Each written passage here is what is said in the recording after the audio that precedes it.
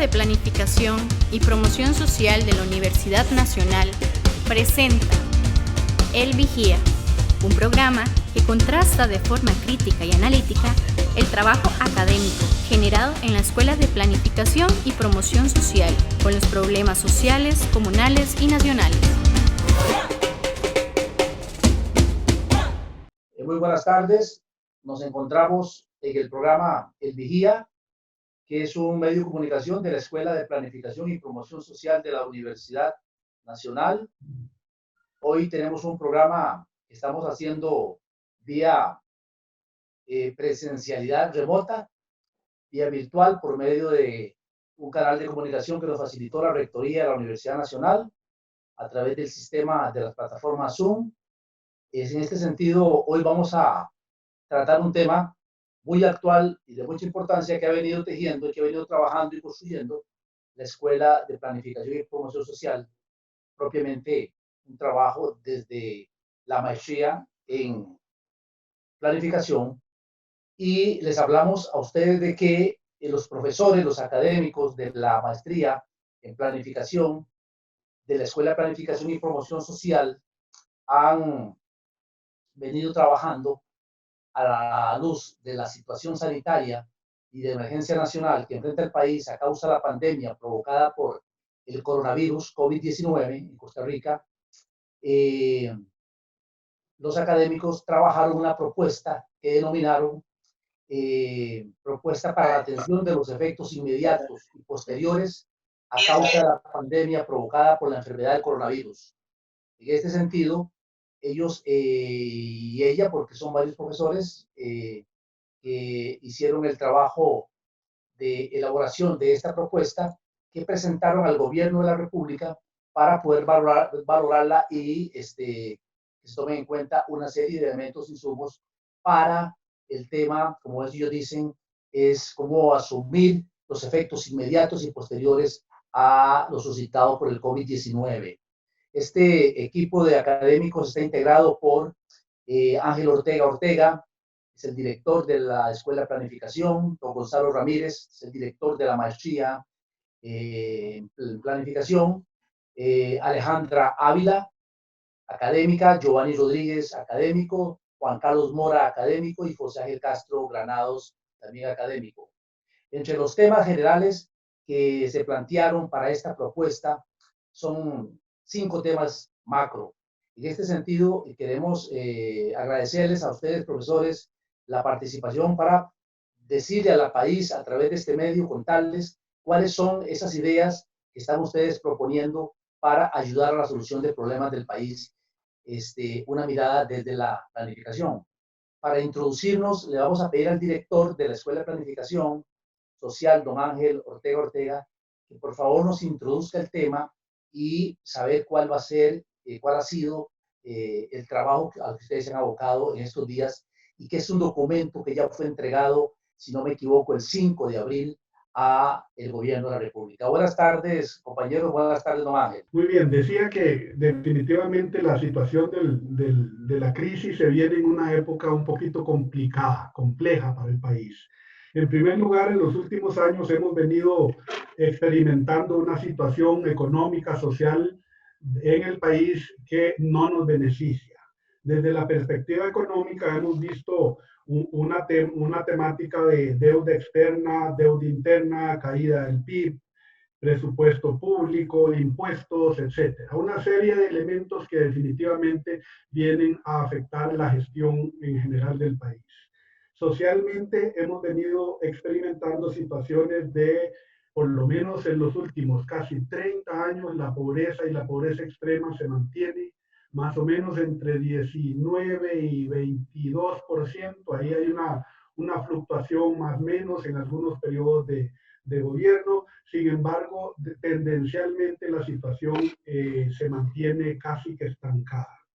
Desde una perspectiva de la planificación, nosotros hemos considerado que esta situación que hoy se nos presenta nos agrava aún más la temática para el país.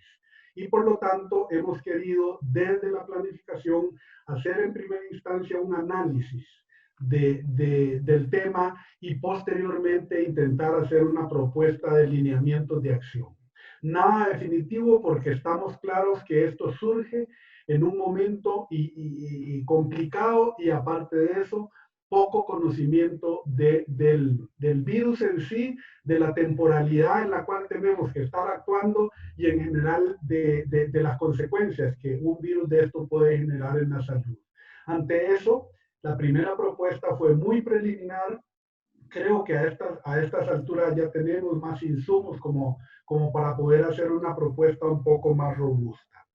¿En qué se basa la propuesta? Bueno, nosotros en primer lugar, como buenos planificadores y planificadoras, estamos totalmente claros que lo primero que hay que hacer es analizar la situación y valorar a qué escenario nos lleva esta problemática.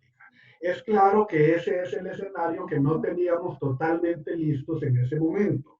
Entonces, creemos que hoy es el momento de empezar a realizar el escenario. Ya tenemos una claridad del impacto que esto puede generar. Tenemos escenarios internacionales que nos generan insumos importantes. Tenemos propiamente en el país, hoy vimos ya la cuarta persona fallecida producto del virus y tenemos una serie de información que nos permiten hacer una propuesta un poquito más aterrizada y más enfocada a la problemática. Por lo tanto, creemos que es necesario seguir creando esos escenarios. Nosotros nuestra propuesta la basamos básicamente, como bien lo decían anteriormente, en 5 propuestas. Primeramente es el tema de la necesidad del relanzamiento del sector externo. Es decir, el sector externo, nosotros somos un país pequeño y el sector externo se convierte en un aliado importante.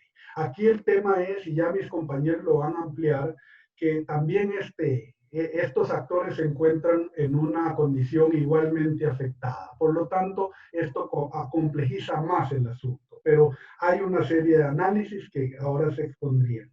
Necesitamos hacer un proceso de relanzamiento de la oferta interna. No podemos paralizar el país totalmente, aunque sabemos que necesariamente tenemos que recluirnos en casa.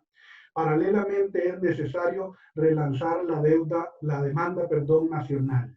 Nosotros no vemos una salida positiva a la situación si por el lado del empleo se tiende a eliminarlos. Necesitamos que el sector público, el sector privado grande, el sector de transnacionales, el sector de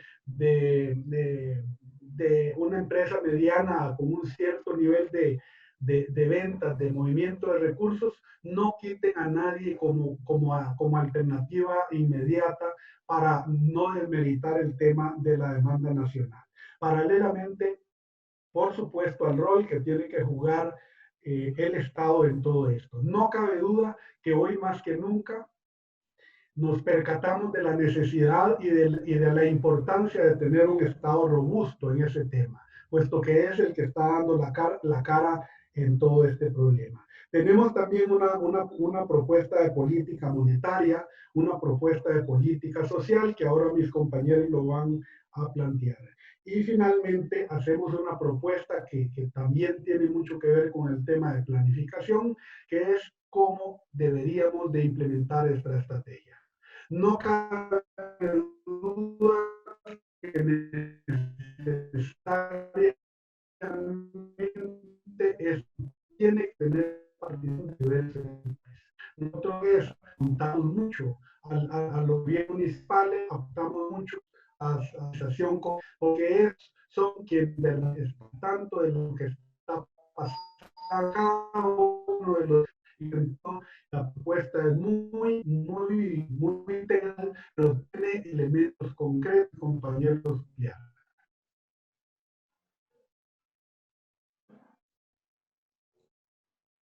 Muy bien, a ver, bueno, nos parece don Ángel, ahora sí. Don Ángel, entonces, ya más en concreto cosas, no cabe la duda la parte económica. En este sentido, me gustaría preguntarle al máster Juan Carlos Mora Montero, académico de la maestría, qué escenarios posibles valora él desde su experiencia, desde su visión, también desde su labor académica e investigativa con respecto a temas del país. Bueno, muchas gracias, buenas tardes. Sí, bueno, la ventaja de estas medidas de aislamiento social, o no sé si será desventaja, es que uno termina trabajando muchas horas más, ¿verdad? En su casa y le da por hacer algunos procesos adicionales. Yo quería comentarles que efectivamente el trabajo de los últimos días ha sido crear un modelo de construcción de escenarios que nos permita, digamos, visualizar algo muy importante, y es que en este momento estamos nosotros saturados de información. Es decir, la cantidad de información que llena las redes sociales y que llena los grupos de chat de nosotros, etcétera, es demasiada. Entonces, eso nos complica mucho el poder tomar decisiones. Entonces, yo quería compartirles una pantalla, la pantalla mía, porque lo que quiero es que sigamos la, la, digamos, la secuencia, digamos, de lo que yo quería contarles muy brevemente, que sería lo siguiente. Entonces, yo le doy esta pequeña pantalla, digamos, de trabajo, diciendo cómo podría contribuir, digamos, la perspectiva ante un cine gris como el que estamos enfrentando. Digamos, esa fue la idea base, que yo desarrollé, y fue lo que con los compañeros de la escuela pudimos construir, digamos, como metodología para abordar una crisis, digamos, o una situación como la que estamos viviendo. Entonces, lo primero que nosotros aclaramos es que efectivamente el objeto de la perspectiva es el estudio del futuro, ¿verdad? Entonces, esa sería, digamos, un tema que está claro, y tenemos claro que para el ser humano el futuro es incertidumbre, y eso es, digamos, una premisa básica de lo que sería un proceso, digamos, de construcción de escenarios. Y tenemos claro que la única forma que yo tengo de disminuir los niveles de incertidumbre en los cuales operamos como país, como territorio, como organización, como familia, etcétera, es por medio de la información. Y la información es el elemento fundamental, digamos, que utilizamos en planificación prospectiva para poder construir escenarios, porque sin información o con información no adecuada podríamos construir escenarios equivocados. ¿Qué es el tema que tenemos hoy? Que resulta que estamos enfrentando a un desconocido. Entonces, como estamos enfrentando a un desconocido, estos tres elementos me generan un problema. El problema que tengo yo en este momento es que la atención, digamos, que se está dando a la incertidumbre es, y voy a usar palabras no mías, palabras que ha usado gente muy destacada en estos temas. Dice, por ejemplo, van a aparecer unos opiniólogos. O sea, todo el mundo sabe de todos los temas, todo el mundo sabe lo que va a pasar en el futuro, todo el mundo hace cosas, aparecen las fake news, aparecen un montón de cosas, y también aparece el conocimiento y la ciencia por dicha, ¿verdad? Entonces, ¿esto qué es lo que genera? Bueno, esto lo que genera son escenarios que nosotros llamamos en planificación prospectiva conjeturas, especulaciones, y en Costa Rica la palabra más correcta sería bateo. O sea, aquí en este momento el que diga que sabe lo que va a pasar mañana con respecto al tema está bateando. O sea, es un tema, digamos, que ni los que más lo han estudiado han podido, digamos, descifrarlo. Entonces, ¿qué es lo correcto? O sea, ¿qué es lo más apuntado? Hacerlo de una manera lo más sistemática posible. Y ve usted que lo que genera todas estas conjeturas es temor en la población, temor en los inversionistas, temor en todo el mundo, ¿verdad? Entonces, esta no es la vía correcta. O sea, la escuela lo que está planteando, la maestría lo que está planteando, es la vía más técnica. O sea, que es, ok, concentrémonos en estudiar las características de la situación que tenemos y cuáles serían los elementos que van a hacer que se mueva esa condición. Sí, cuáles son las variables clave, cuáles son los elementos fundamentales, cuáles son los drivers, digamos, donde se va a ver más el cambio, y entonces abrir un escenario. Y lo que hemos planteado aquí es que hay cosas muy básicas de nuestra de nuestra formación en prospectiva, digamos, que nos van a ayudar. Por ejemplo, nosotros tenemos claro, si tomamos un ejemplo, y aplicamos herramientas como el PESTEL, por ejemplo, que tengo ahí, el PESTEL lo que dice es, bueno, van a haber efectos sobre el tema económico, efectivamente. Entonces, ¿cuál sería un muy buen indicador para yo ver los efectos que se van a producir en el ámbito económico? Bueno, puede ser el Producto Interno Bruto. Pero, ¿qué sé yo del Producto Interno Bruto? O sea, cualquiera que diga que el Producto Interno Bruto va a caer 5, va a caer 4, va a caer 3, va a caer 6, está especulando, ¿sí? En este momento, digamos, los mejores escuelas de economía del mundo, lo que han llegado a plantear es lo siguiente: la afectación del PIB va a ser así. La afectación va a ser muy alta, alta, media o baja, ¿sí? Entonces, cada una de esas condiciones nos va a generar un escenario diferente. Ante un escenario, por ejemplo, si nosotros escogiéramos un escenario muy alto, y aquí voy a poner unos números inventados, ¿verdad? Son números que no corresponden. Si usted pusiera un escenario muy alto, eso le generaría perdón, si pusiera un valor muy alto, un movimiento muy alto, eso le generaría un escenario muy complicado, ¿verdad? Entonces tendríamos que desarrollar toda una estrategia para un escenario como ese, ¿verdad? Esto es lo que aquí nosotros llamamos generación de diferentes escenarios. Lo que sucede es que no solamente el Producto Interno Bruto va a variar, sino que vamos a tener variantes, o sea, drivers que se van a mover en todos los ámbitos. Drivers sociales, drivers tecnológicos, elementos legales, elementos de cultura, por ejemplo, toda la cultura de la virtualización del trabajo y todo esto, son cambios asociados que los vamos a capturar en diferentes escenarios.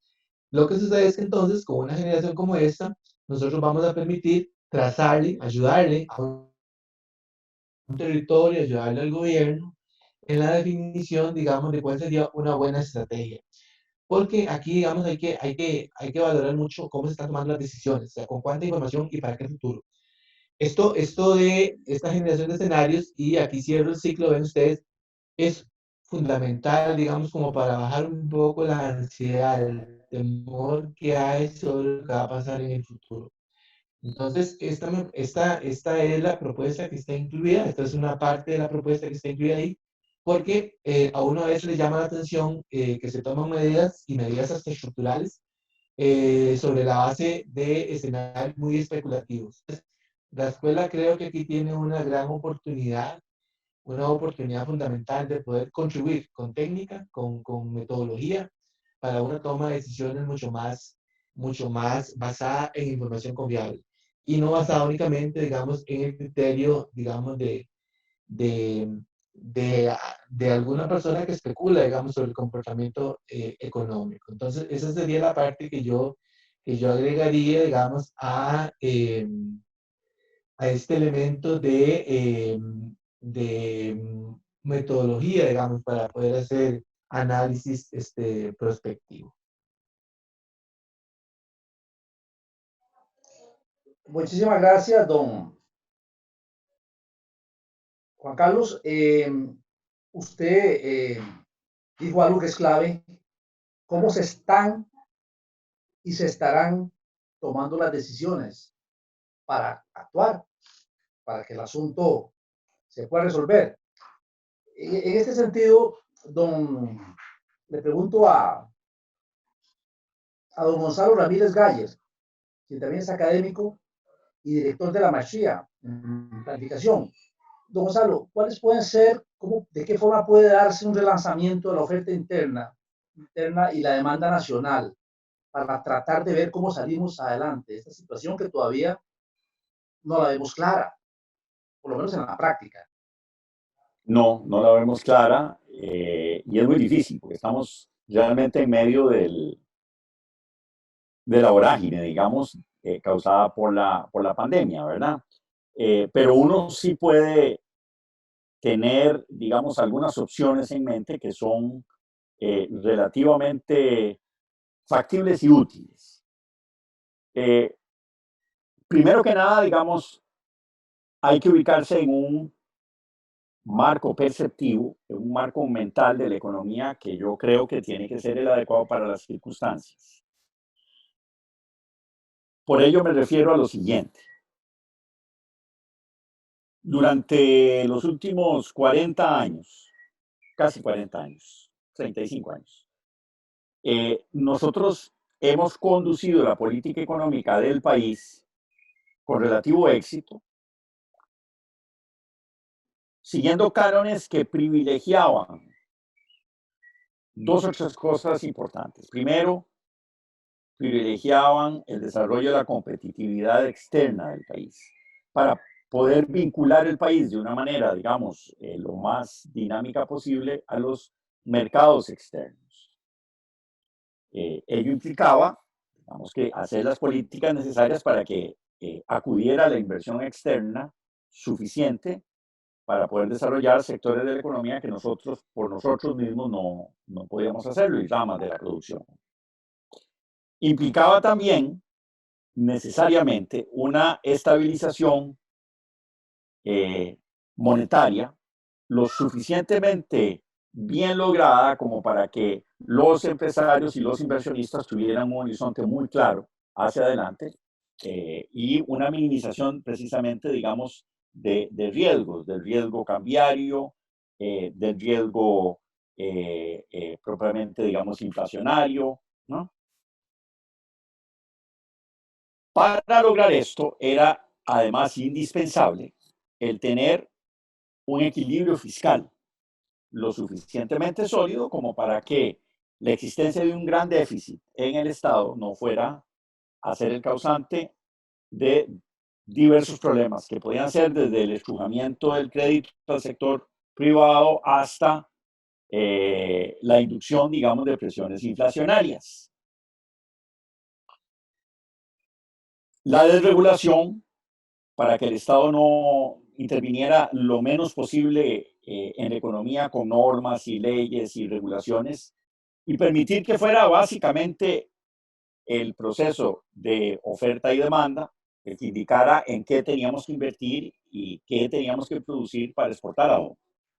Bueno, esto se llegó a convertir efectivamente en un marco conceptual muy potente, es decir, en un paradigma, propiamente dicho. Una comprensión del problema económico general al cual le correspondían una serie de normas de actuación en política económica. Bueno, lo primero que hay que hacer en este momento es, digamos, aceptar plenamente que estamos viviendo una situación extraordinaria porque estamos de un golpe de un día para otro metidos en un problema terrible de recesión, con niveles de desempleo que no imaginábamos y que además es un fenómeno mundial, no es únicamente un fenómeno que ocurre en Costa Rica, es un fenómeno internacional que abarca prácticamente todas las economías del mundo. Por lo tanto, en estas circunstancias, el seguir enfocándonos preferentemente, por ejemplo, por parte de la política monetaria del Banco Central en estabilidad monetaria, en tener la inflación en niveles muy bajos y controlados, en tener una situación cambiaria muy equilibrada y en lograr, por otro lado, un equilibrio fiscal. Digamos, ese enfoque casi obsesivo en este momento no nos sirve para nada. ¿Por qué no nos sirve para nada?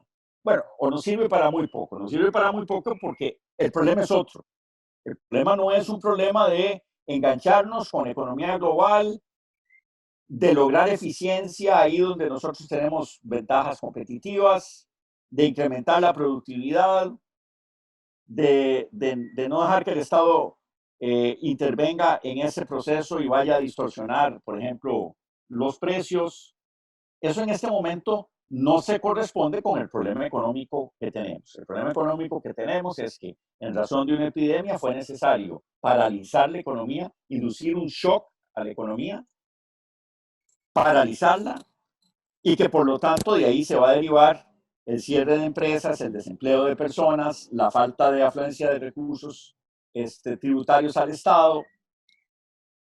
Y en esas circunstancias pensar en inflación o pensar en estabilidad monetaria es absurdo.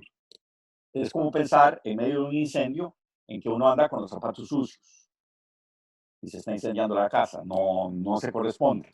Zapatos limpios tiene que ver si usted está en una reunión, pero si está en medio del incendio de su casa, no no viene al caso que sus zapatos estén limpios o sucios, por usar, digamos, un símil tal vez un poco tosco. Entonces, dejando de lado esos paradigmas que han sido importantes, indudablemente, hasta ahora, y pensando en lo siguiente, el problema humano en este momento, el problema de la economía mundial y particularmente costarricense es que estamos, en virtud de las circunstancias presentes, arrojando a la calle alrededor, se estima, de entre 250 y 350 mil nuevas personas en pobreza, porque son personas que están perdiendo su empleo y que viven en condiciones de vulnerabilidad, es decir, la pérdida de un empleo en sus familias implicaba automáticamente el que pasaran en sus ingresos por debajo de la línea de pobreza.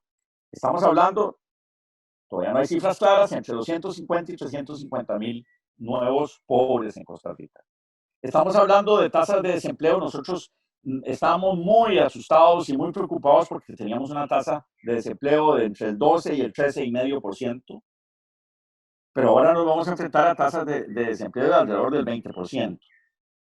Y conste que cuando yo ofrezco estas cifras, ofrezco las cifras más moderadas, porque otros hablan de 25%. Entonces yo me voy a los niveles, digamos, más bajos de posibilidad.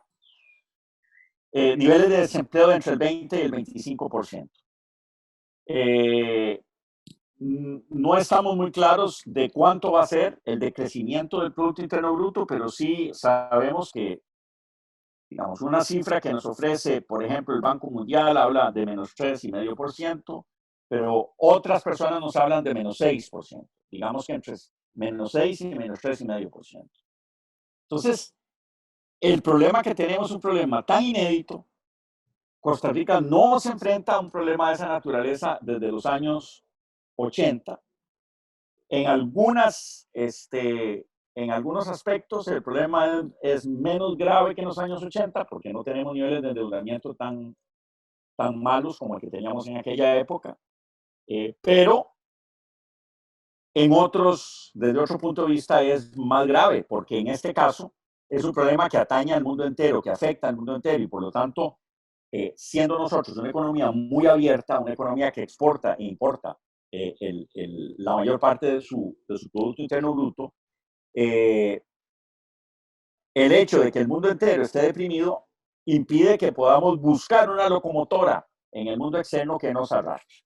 Ese es el problema que tenemos. No hay recetas en el librito, digamos, de recetas que se produjo a partir de los años 80 y el Consenso de Washington. No hay recetas para una situación como esta, situación inédita. Tenemos que resolver el problema a corto plazo de empleo. Tenemos que resolver el problema de pobreza.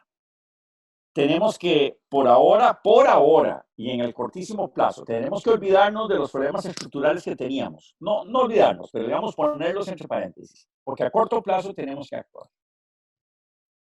¿Por qué hay que hablar de relanzar la oferta y relanzar la demanda? Por lo siguiente.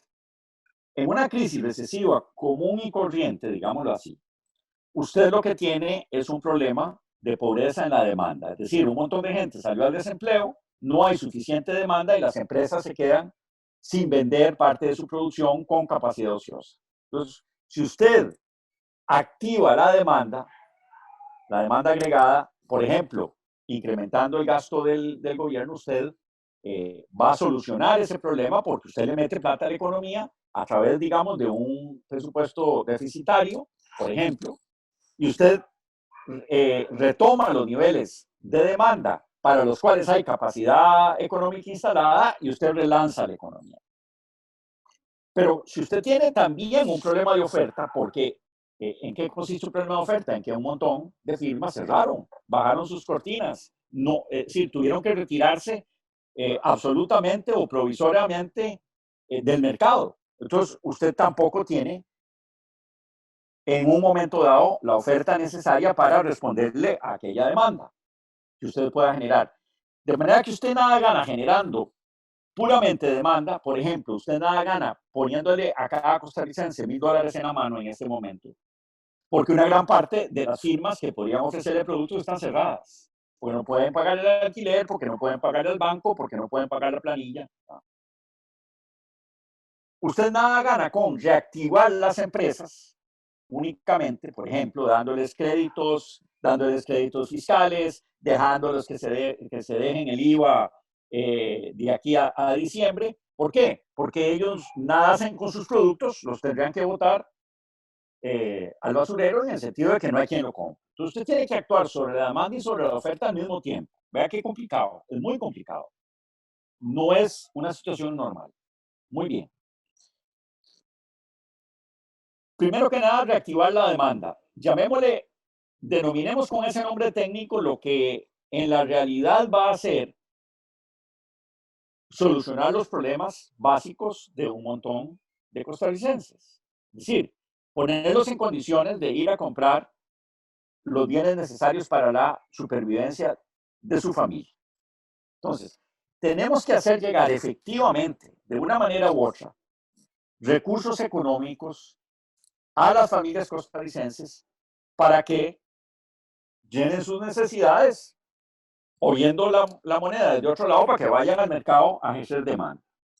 Pero al mismo tiempo tenemos que darle apoyo a las firmas costarricenses para que cuando llegue ese consumidor a comprar arroz y frijoles y manteca y candelas y dulce y qué sé yo, sirope y leche y guaro, si es del caso, ¿verdad? Esa oferta esté ahí disponible para él. El autobús lo va a recoger, el supermercado va a estar abierto, la tienda va a estar abierta, etc. Muy bien. Hay que pensar entonces en un conjunto de medidas que activen al mismo tiempo los dos polos que constituyen un mercado, una circulación mercantil, oferta y demanda. Nosotros efectivamente proponemos una serie de medidas que, hay que confesarlo aquí, son dispares. Lo que proponemos, por ejemplo, en el documento, son dispares en su calibre, en su gradualidad, pero son, algunas de ellas por lo menos son útiles. Número uno, nosotros apoyamos plenamente el que se le dé un apoyo directo a la gente que se quedó sin empleo, en que se le haya llegar lo que sea necesario en términos de un bono, en términos de una subvención, para que ellos puedan ejercer su poder adquisitivo, satisfacer sus necesidades. Nosotros creemos que es indispensable llegar a ciertas regiones del país donde creemos que hay una particular digamos, aglomeración de problemas por la situación que vivimos. Es el caso, por ejemplo, de zonas tradicionales de pobreza en las costas costarricenses, donde la desaparición del turismo probablemente está poniendo en muy serios aprietos a las poblaciones de cantones y regiones que no tienen otra forma más que el turismo para sobrevivir, y que nosotros creemos que ahí hay que llegar directamente, no solo con bienes y servicios en la mano, digámoslo así, con comida, pues, sino también con dinero. El hacer llegar dinero directamente a la gente es una forma muy eficaz, muy rápida, muy fácil. Es mucho más fácil hacerle llegar a la gente una transferencia bancaria que un saco con un diario de comida. Nosotros creemos que no se debe de ninguna manera maltratar los salarios de los empleados. Nosotros consideramos que en este momento hablar de maltratar los salarios en términos generales de los trabajadores no es deseable, porque nosotros queremos que esos salarios estén plenamente ahí a la disposición de la economía del país, de la demanda, pero nosotros sí creemos que es posible que salarios altos de la administración pública contribuyan con una contribución que necesariamente tiene que ser moderada, pero que contribuyan para poder hacer transferencias a la gente que en este momento está desempleada. Con relación a la oferta, a las empresas hay que darles apoyo, y sobre todo, creemos nosotros, al tejido básico empresarial costarricense, que es de pequeña y mediana empresa, de pymes MIPYMES y de microempresas, así como a los empresarios puramente individuales. Es necesario apoyarlos tanto con créditos fiscales como con la posibilidad de que la banca les ofrezca condiciones especiales para el no pago de su deuda por un periodo limitado de tiempo, como poner en sus manos capital de trabajo para que puedan otra vez reabrir la cortina de su soda o reabrir la cortina de su sastrería o reabrir la cortina de su taller de enderezado y pintura. Miles de empresas de esta naturaleza en Costa Rica, 60 y pico por ciento del 65 o 70% del empleo costarricense se genera en ese tipo de empresa. Nosotros creemos que se les debe dar créditos fiscales. Apoyamos la idea de que conserven el IVA por un periodo de tiempo limitado porque es como ponerles plata en la mano. ¿Sí? Simplemente es muy irregular, pero lo que se les está diciendo es usted cobre el IVA y déjenselo en la bolsa para que pueda mantener su empresa funcionando. Es como si el Ministerio de Hacienda y directamente les prestara plata. Es así de simple. Y de una manera que yo pienso que es bastante eficaz. Y yendo un poquito más allá, hacia el relanzamiento de la oferta, nosotros creemos en la necesidad a corto plazo de crear en las regiones condiciones para el desarrollo del emprendedurismo bajo las nuevas circunstancias. Es decir, esto implica que, por ejemplo, se ponga a la disposición de los productores en las regiones, se ponga a disposición de ellos, por ejemplo, centros de generación de valor agregado, que son pequeñas instituciones donde los emprendedores pueden llevar, es algo más que una incubadora. Es un lugar donde el emprendedor puede llevar sus iniciativas y ahí hay un equipo básico, tecnólogo de alimentos, mercadólogo, qué sé yo, comunicador publicista, que agarran su producto, lo valoran y se lo rediseñan en términos de empaque, sugieren nuevas vías de distribución.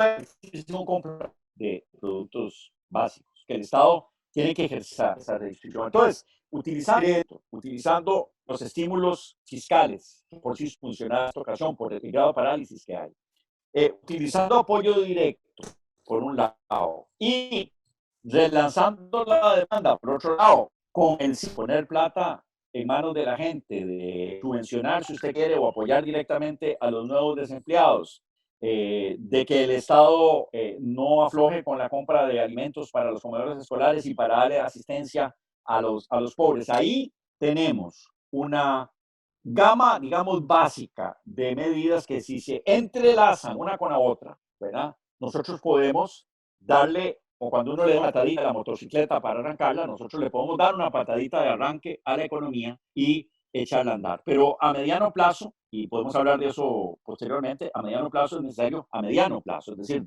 a partir del año entrante y a partir de 2022 es necesario tener en mente otra serie de medidas que tienen otra naturaleza para sostener esa dinámica económica. No quiero por ahora abundar más para no...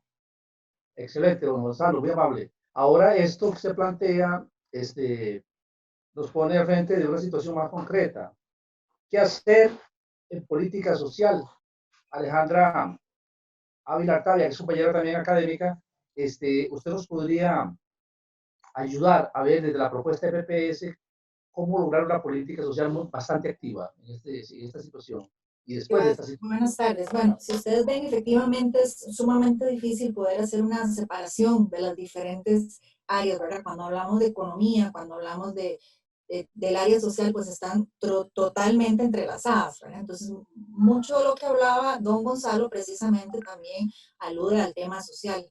Quisiera rescatar a partir de lo que él nos conversaba de tres elementos importantes. Uno, que ya, bueno, y también lo decía Ángel, ya de por sí nosotros estamos en una coyuntura país particular, con un déficit fiscal importante que de alguna manera se había logrado sostener en el último año. Sin embargo, eso implicó también que que tuviéramos las tasas de desempleo más altas que habíamos tenido prácticamente en los últimos 10 años.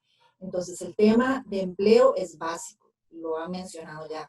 El tema, por otro lado, y es un elemento nuevo que introduzco acá, es el tema de seguridad pública, seguridad ciudadana. O sea, a raíz de esta gran crisis, obviamente los elementos de seguridad ciudadana, y si lo queremos ver también, la participación de nuevas redes delictivas afectan, por supuesto, el tema en este sentido de nuestros ciudadanos en cuanto a la seguridad. Otro tema importante que tenemos que ver es el elemento sanitario. Si bien la Caja Costarricense de Seguro Social había hecho grandísimos esfuerzos por ejemplo, bajar las listas de espera, sistematizar con el nuevo sistema EDUS, etcétera, etcétera, en esta nueva emergencia, pues ellos han tenido que paralizar prácticamente las medidas que se venían llevando a cabo, y bueno, y las listas de espera probablemente van a volver a aumentar. Y ya hemos visto que también la deuda de la caja, bueno, y las nuevas necesidades también van a aumentar. Eso implicaría también para la sociedad un efecto importante inmediato. Obviamente el ensanchamiento de la brecha social. Teníamos una clase media, si se quiere, de alguna manera fortalecida. Sin embargo, con el ensanchamiento de la brecha social que se está dando y la afectación directa en la clase media, obviamente tendríamos la emergencia o la salida de los nuevos pobres, como podríamos llamar. Entonces, en ese sentido, se hace muy, muy importante la participación del gobierno y la credibilidad que pueda tener el gobierno, ¿verdad?, de la ciudadanía, por parte de la ciudadanía. Un modelo colectivo para la solución de problemas es parte de lo que estamos proponiendo, un modelo multidisciplinario en el que se aborden las diferentes temáticas. Por lo tocaba también don Gonzalo, el tema institucional probablemente no sea de resorte actualmente, sin embargo hay una particularidad, y es que parece ser que estamos acostumbrados a identificar las necesidades de los más pobres, pero no necesariamente las necesidades de la clase media. Ni siquiera tenemos una institucionalidad para ello. No sabemos dónde ubicar actualmente a las familias o los que están teniendo ese tipo de necesidades, y probablemente por eso se están viendo más afectados también en sus empleos. Es importante canalizar también este tipo de ayudas hacia este sector particularmente. Además, el tema del fortalecimiento organizativo, y aquí hablamos y nos metemos un poquito más con gobernanza hacia los territorios que en este momento pues están siendo particularmente afectados. Hablemos del tema turístico, del tema pesca, etcétera, etcétera, y cómo atender esas necesidades pues de las personas que se ubican en esas zonas particulares, y tiene que ver con la planificación y en esa transición, y ver tal vez al gobierno como un gran promotor social. Aquí en realidad el gobierno, pienso que de alguna manera lo hemos visto como un comunicador, canalizador, etcétera, pero no realmente como un gran promotor social, y en ese sentido se necesita de la red colaborativa, ¿verdad?, de diferentes instituciones que puedan identificar claramente cuáles son las verdaderas necesidades de la población, ¿verdad? Actualmente eso está un poquito fraccionado. Tenemos instituciones pues elaborando planes, miles de planes en diferentes escalas. Es importante empezar a hacer un alineamiento más concreto, reducir la burocratización que conlleva a veces inclusive la identificación y canalización de necesidades. Importante se hace también la canalización o el trabajo en herramientas para la gestión de riesgo. Entonces, desde la planificación eso es sumamente importante. No solamente estamos hablando entonces de los temas de prospectiva, sino también de cómo nosotros podemos canalizar o podemos gestionar el riesgo desde diferentes puntos de vista. Si ustedes ven, ya la Organización Internacional del Trabajo, y volviéndome al tema del empleo, se está estimando que va a haber con esta crisis alrededor de 5.5 y 25 millones de personas que van a perder su empleo. Costa Rica obviamente no está exento de eso. Tenemos que prepararnos, y las personas, los ciudadanos y ciudadanas tienen que ver en el gobierno una acción en el cual está preocupado por ese proceso de transición, pero no solamente por ese proceso de transición, sino también por el cómo en los próximos años, y lo planteaba Juan Carlos, prospectivamente estamos nosotros preparándonos para un cambio que ya está aquí, no vamos a volver atrás. Este cambio le cayó efectivamente a la cuarta revolución industrial. Es algo que nos lleva a cambiar nuestros hábitos, nuestra cultura, nuestras costumbres. Entonces, por lo tanto, también había que trabajar a nivel de educación. Ya también habíamos tenido algún retraso con respecto a las huelgas anteriores en el sector educativo. Sin embargo, tenemos que retomar ese tema en los temas de innovación, de cultura general.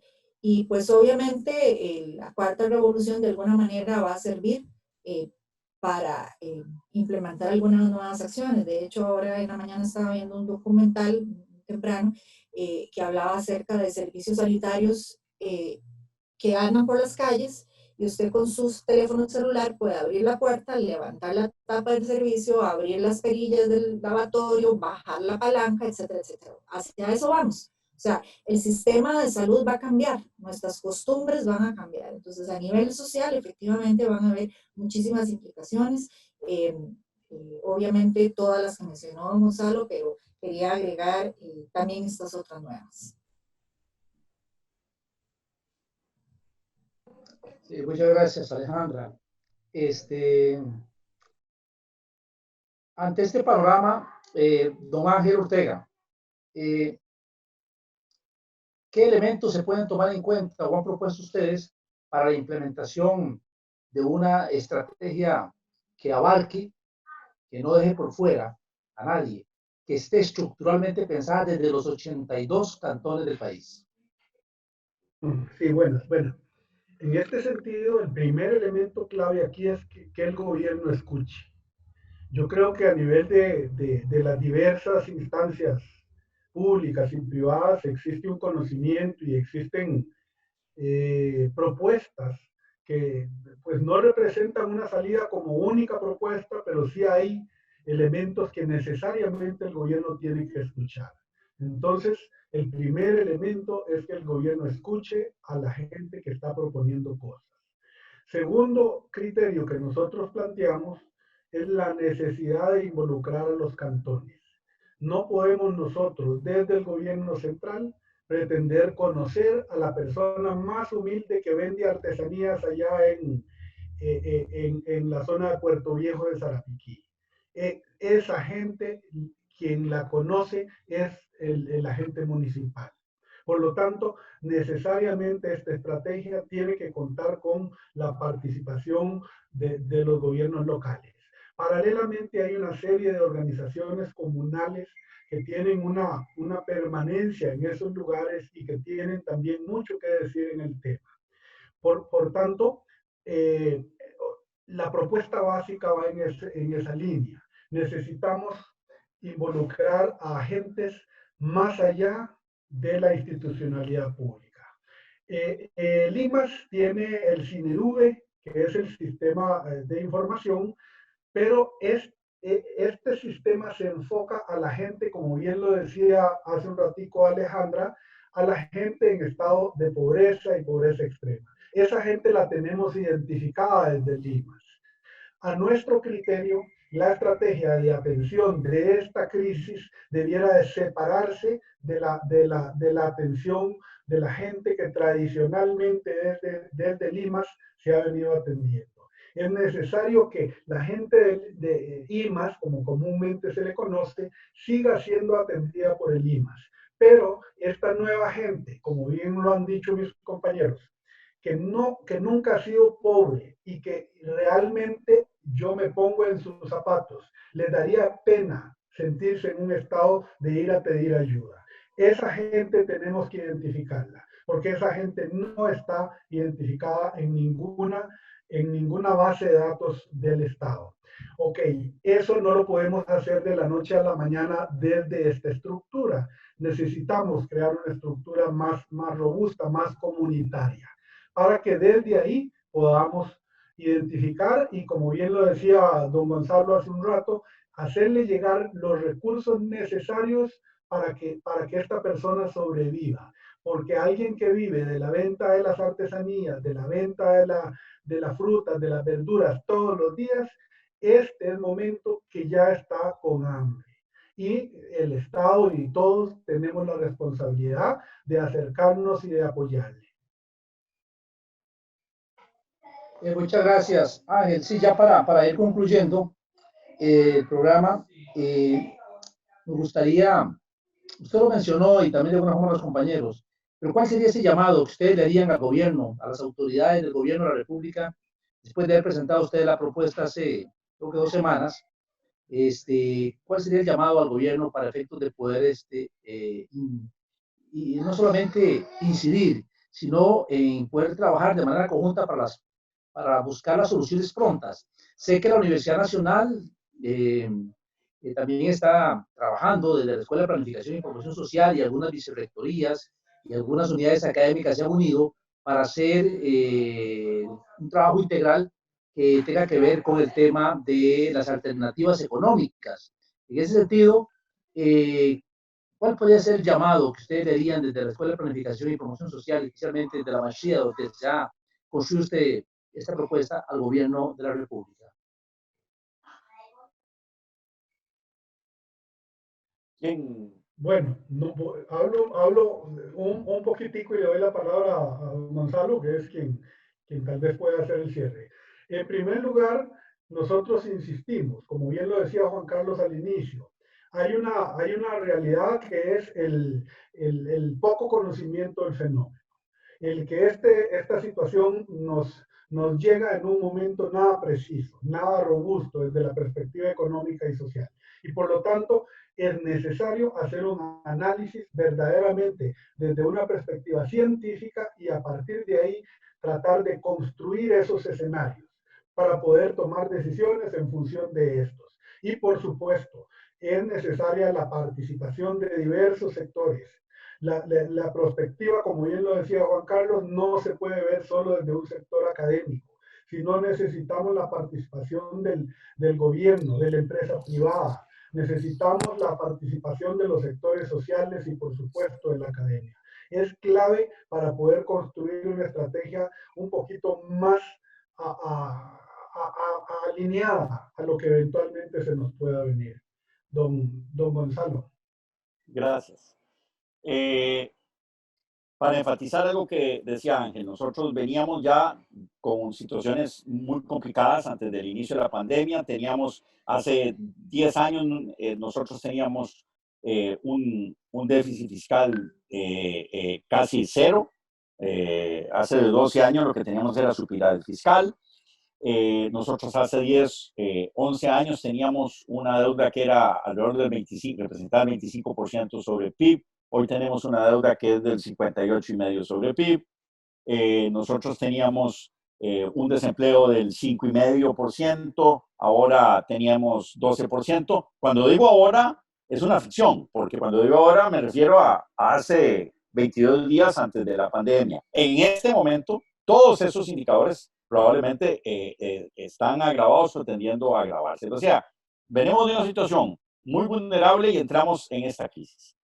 La única forma, y como mencionaba Alejandra, un 20% alrededor en promedio de pobreza que nunca pudimos bajar en, ¿cuánto? Casi 30 años. Y una pobreza extrema que no la podíamos mover mucho del 8,5% de la población. La única, y todo esto se agrava con esta pandemia.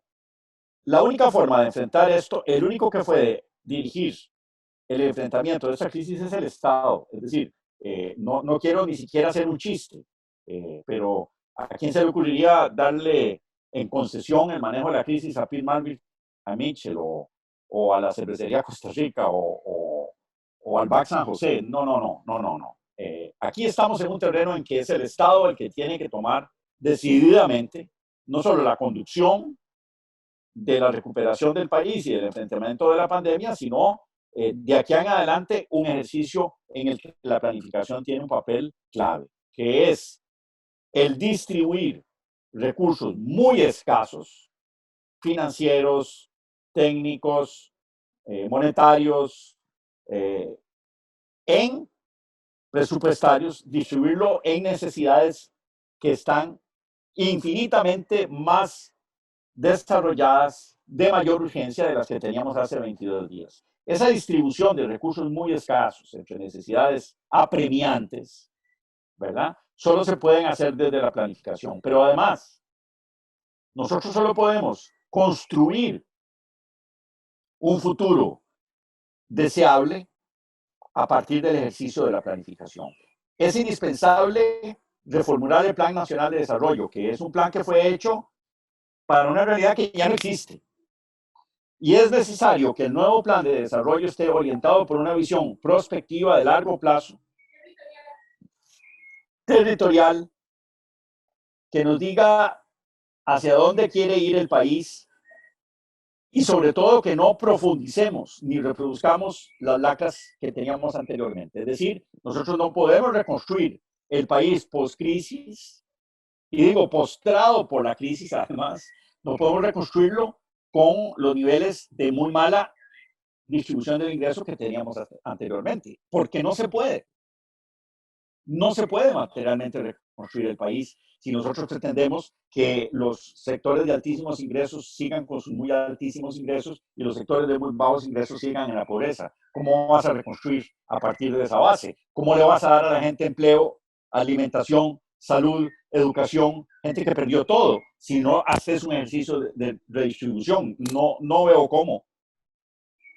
Nosotros tenemos que garantizarnos que las diferencias regionales que teníamos son diferencias que se van a ver disminuidas, es decir, que las regiones periféricas y costeras del país, a las cuales tenemos que llegarles urgentemente con apoyo, van a ser desarrolladas en un sentido que las homologue más con la gran área metropolitana en cuanto a disponibilidad y acceso a servicios y posibilidades, ofertas, opciones de desarrollo personal. Entonces, esa nueva Costa Rica que nosotros vamos a reconstruir a partir de esta crisis, que solo la puede, digamos, conducir desde una acción del Estado, implica necesariamente que solo se puede hacer con un empleo mucho más profundo y mucho más intenso de la planificación. Y que solo se puede hacer a partir de la construcción de una visión de largo plazo, de muy largo plazo, de prospectiva que oriente el ejercicio de corto plazo de distribuir recursos muy escasos entre necesidades que ahora son más que infinitas, son infinitas y ardientes, diría yo, y urgentes. Por lo tanto, eso es el llamado que nosotros le daríamos al sector público y al gobierno, a repensarse no solo como el que va a acudir al incendio que hay en este momento para ayudar a la gente, para apoyar a los sectores más golpeados por esta crisis, etcétera, etcétera, sino como el conductor de una reconstrucción nacional que se hace a partir de llenar las necesidades, de darle nuevamente esperanza, de darle nuevamente horizonte a los sectores mayoritarios de la sociedad. Y que eso no es posible hacerlo sin un ejercicio de planificación y una visión estratégica y perspectiva de largo y de muy largo plazo. Es la única manera de salir de la noche. Si hay luz al final del túnel, esa luz la tenemos que encender nosotros. Nadie la va a encender por nosotros porque el resto del planeta está sumido en la misma situación. La luz al final del túnel la vamos a ubicar nosotros. El túnel lo vamos a ubicar nosotros.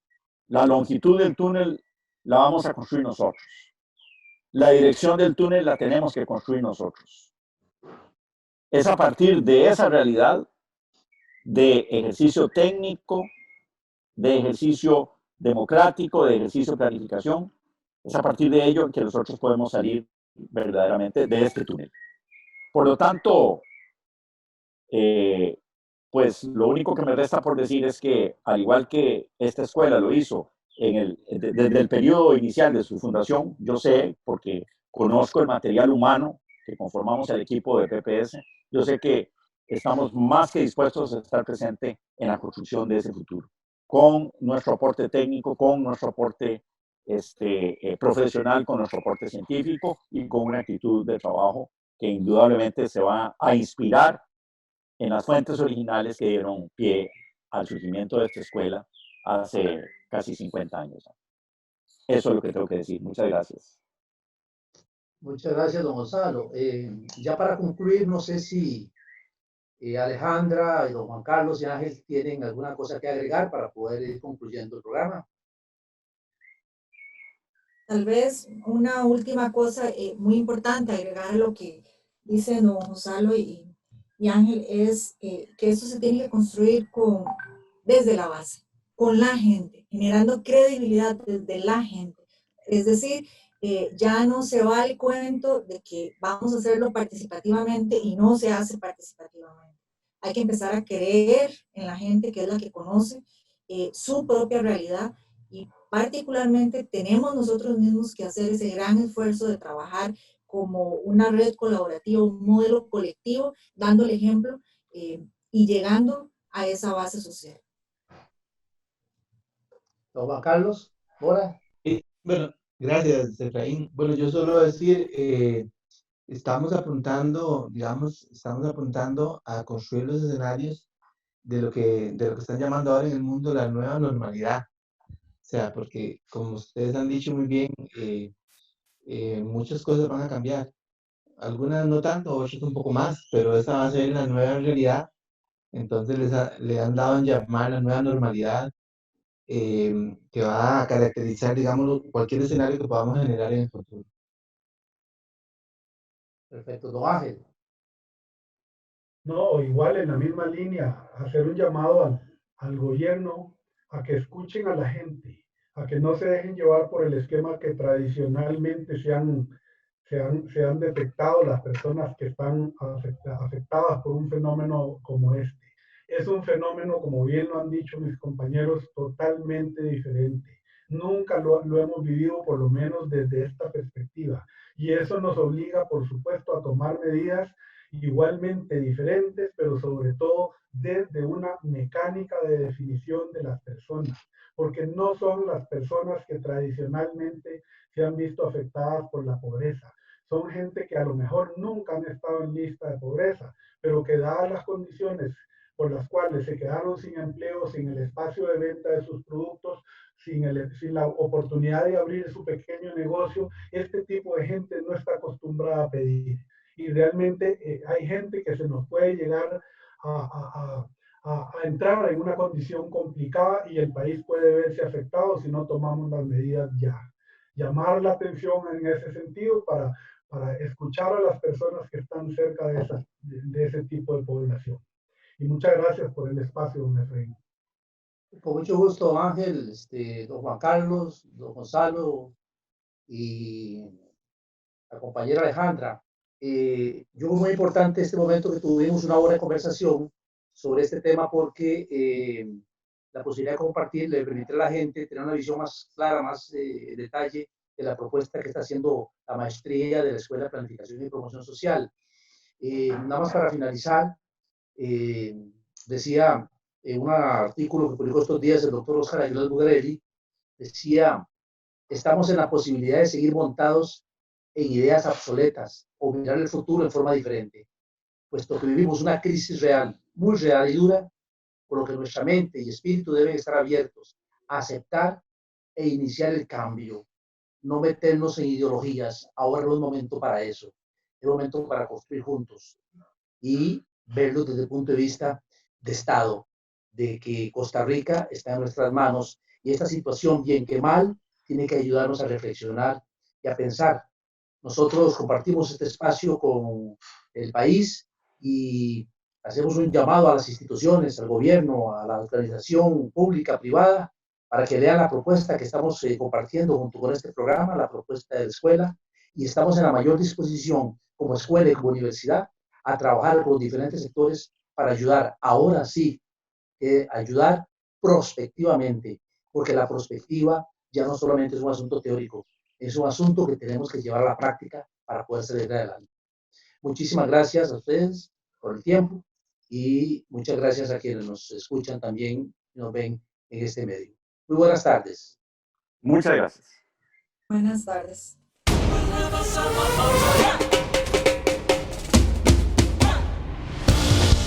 La Escuela de Planificación y Promoción Social de la Universidad Nacional, con 45 años de existencia, única universidad en planificación social y económica de América Latina, presentó El Vigía, un programa que contrasta de forma crítica y analítica el trabajo académico generado en la Universidad Nacional con los problemas sociales, comunales y nacionales.